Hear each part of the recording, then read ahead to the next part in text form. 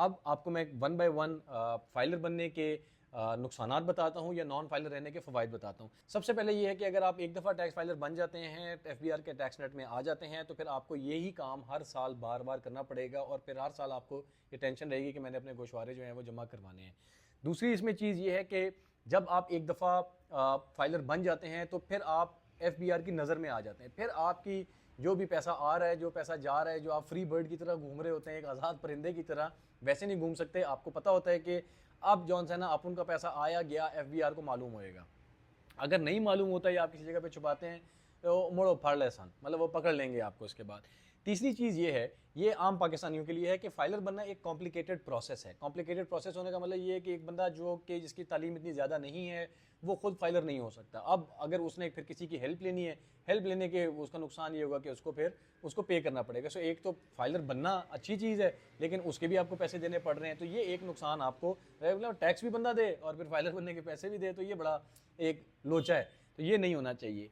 चौथी चीज़ इसमें यह है कि फिर आपको लीगल कंप्लायंसेस आ जाती हैं। लीगल कंप्लायंसेस का मतलब ये है कि हर टाइम के ऊपर आपको पता है कि यहाँ पे पॉलिसी चेंज हो रही होती है। कभी कहते हैं फाइलर नॉन फाइलर, फिर कभी कहते हैं filer late filer non filer, फिर कभी कहते हैं 3% टैक्स, 4% टैक्स, 4.5। सो वो एक टेक्निकल जो ये चेंजेस लेके आते रहते हैं, ये एक आम आदमी के लिए समझना बहुत मसले की बात है। तो वो बंदा फंस जाता है। एक तो मतलब वो अपने एक गुडविल जेस्चर कर रहा है कि मैं अपने आप को फाइलर बना रहा हूँ और हुकूमत पाकिस्तान के टैक्स नेट में आ रहा हूँ और एक जिम्मेदार शहरी होने का सबूत दे रहा हूँ, लेकिन उसके बाद जनाब ये इतनी इनकी पॉलिसी चेंजिंग होती है कि वो एक आम आदमी के फहम से बात बाहर चली जाती है और वो कहता है यार जान छुड़वाओ, मैं नहीं चक्कर इसमें पड़ रहा, देखी जाएगी जो भी होगा। ये देखी जाएगी जो भी होगा ना, बड़ा मसला है पाकिस्तान के अंदर। इसके अंदर फिर बहुत सारे लोग जो है ना वो जान छुड़वा लेते हैं क्योंकि कॉम्प्लिकेशन से लोग यूजली दूर ही भागते हैं। इसके बाद पांचवी बात ये है कि चूंकि ये कॉम्प्लिकेटेड प्रोसेस है तो मोस्ट डेफिनेटली लोगों से गलतियां भी होती हैं। अब किसी को टैक्स एडवाइजर को पैसे देते हुए भी अच्छा नहीं लगता। एक तो हम टैक्स भी दें, ऊपर से टैक्स एडवाइजर को पैसे भी दें। जब हम अपना खुद रिटर्न फाइल करते हैं तो उसमें गलती होने के चांसेस बहुत ज़्यादा हैं। अब जब वो गलती होती है तो उसके ऊपर भी बख्शिश नहीं है, उसके ऊपर भी फिर जुर्माने या सजाएं या जो भी है, फिर एफबीआर आपको पकड़ेगा। वो आपको पता है, फिर जब सरकारी इदारे आपको पकड़ के ले जाए तो वो कहते हैं ये भी गलती की है, वो भी गलती की है, आपको पता ही कोई चीज़ नहीं है, तो आप फिर फंस जाते हैं। तो आपको जुर्मानों का सामना करना पड़ता है या फिर वो पैसे भी देने पड़ जाते हैं अक्सर औकात के, वो माफ़ कर दें जी। तो वो एक चीज़ आपके सामने आ जाती है। एक तो कॉम्प्लिकेटेड प्रोसेस है, दूसरा हम अगर अच्छे शहरी बनने का सबूत दे रहे हैं तो उसके ऊपर भी फिर हमें जुर्माना पड़ जाएगा क्योंकि ना जानते हुए हमने गलती कर दी है। हम जानबूझ के, तो लोग अक्सर गलती नहीं करते, अक्सर करते भी हैं, लेकिन इस पर हुकूमत पाकिस्तान को कुछ स्टेप्स लेने चाहिए कि कुछ ना कुछ स्पेस इस तरह मिलनी चाहिए कि अगर कोई गलती हो जाए तो साल, 2 साल, 3 साल, 4 साल का जो है ना मार्जिन देना चाहिए जो लोग नए फाइलर हो रहे हैं, ताकि मोटिवेशन हो कि जी अच्छा चले गलती भी हो जाएगी तो कोई बात नहीं, हुकूमत पाकिस्तान इसमें माफ़ कर देगी। 2-3 साल की कम से कम एग्जेम्पशन होनी चाहिए।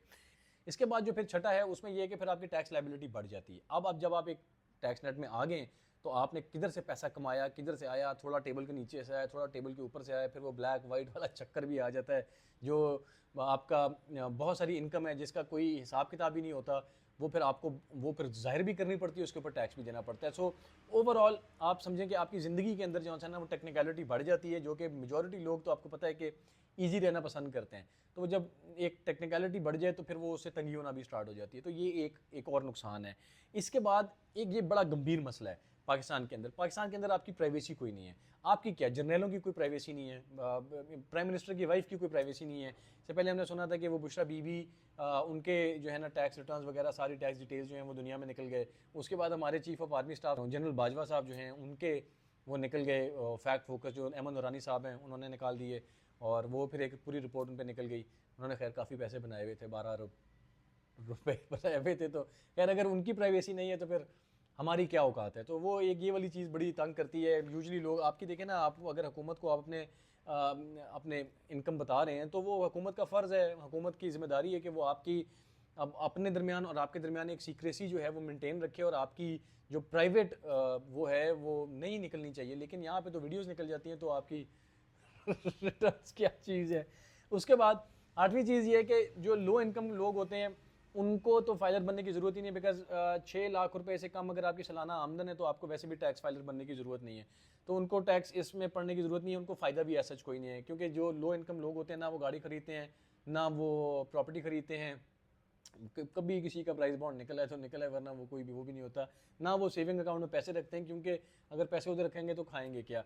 तो इस तरह की जो चीज़ें हैं वो लो इनकम के लोगों के लिए वैसे ही नुकसानदेह हैं, तो उनको भी फाइलर बनने का ऐसा कोई फ़ायदा नहीं है। सो मैंने टोटल आपको 8 नुकसानात बताए, जिसमें सबसे ज़्यादा गौर तलब जो है ये एक प्राइवेसी का मसला है, और दूसरा जो सबसे ज़्यादा गौर तलब है वो आपका जो ये टेक्निकल एस्पेक्ट है टैक्स फाइलिंग का, क्योंकि पाकिस्तान के अंदर मेजॉरिटी लोग नहीं पढ़े लिखे, तो उसकी वजह से फिर जो लोगों को टेक्निकलिटी का सामना करना पड़ता है, और फिर उसके बाद गलती हो जाए तो फिर जुर्माना भी हो जाता है। सो ये 3 4 6 चीज़ें हैं जो जिसकी वजह से बेसिकली लोग डीमोटिवेट होते हैं फाइलर बनने से। आपको मैंने जो 8 रीज़न बताए हैं, इनका हरगिज़ ये मतलब नहीं है कि आपको फाइलर नहीं होना चाहिए। इनका मतलब ये है कि अगर आप ऐसी क्लास के अंदर आते हैं जो कि एक टैक्सेबल अमाउंट कमाती है, तो आपको मोस्ट डेफिनेटली फाइलर होना चाहिए। और ऐसे लोग जिनकी इनकम कम है, उनको इस टेक्निकलिटी में पढ़ने की ज़रूरत ही नहीं है।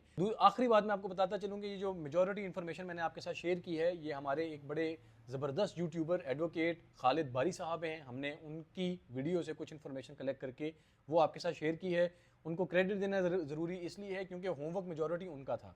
सो अगर आपको ये वीडियो पसंद आई हो और आपको ये इन्फॉर्मेशन यूज़फुल लगी हो, तो लाजमी एडवोकेट खालिद बारी साहब के चैनल को सब्सक्राइब कर लीजिएगा। एडवोकेट खालिद बारी के नाम से ही यूट्यूब चैनल भी है, टिकटॉक चैनल भी है, और हमारे चैनल को भी सब्सक्राइब कर लीजिएगा, क्योंकि हम भी कोशिश करते हैं कि आपके लिए डिफरेंट जगहों से होमवर्क करके अच्छी सी इन्फॉर्मेशन लाते रहें और आपकी इन्फॉर्मेशन में इजाफा करते रहें और अच्छी अच्छी खबरें आप तक पहुंचाते रहें। मुझे पता है कि ये बहुत सारों के लिए अच्छी खबर है, ये अच्छी इन्फॉर्मेशन है बहुत सारे लोगों के लिए। आज की वीडियो के लिए तलहा बिन रियाज को अच्छी खबर के प्लेटफॉर्म से दीजिए इजाज़त। मिलेंगे इंशाल्लाह अगले आने वाली वीडियोज़ के अंदर। अल्लाह हाफ़िज़।